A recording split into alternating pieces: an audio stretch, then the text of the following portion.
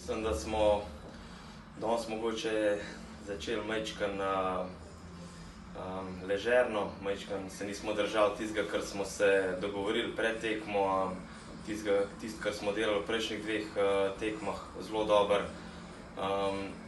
Potem so Francozi zadeli. V tretji tretjini smo si rekli, da moramo pokazati karakter, kar smo ga. Mislim, da smo bili več kot boljši nasprotnik. Nažalost nismo danes dosegli nobenega zadetka, ampak lahko potegnemo veliko pozitivnih stvari. Še posebej pa to, bom rekel, zadnjo tretjino danes, ki je bila na tistem nivoju kot prvi dve tekmi. Še ena težka tekma.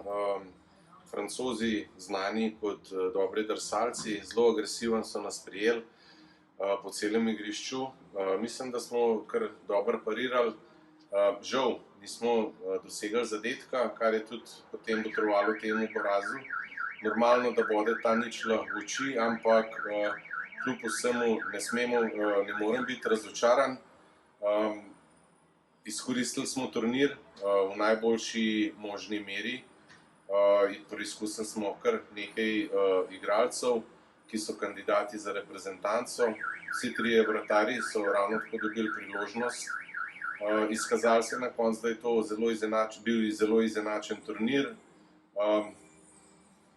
Konec nekako lahko potegnemo črto, da je v redu.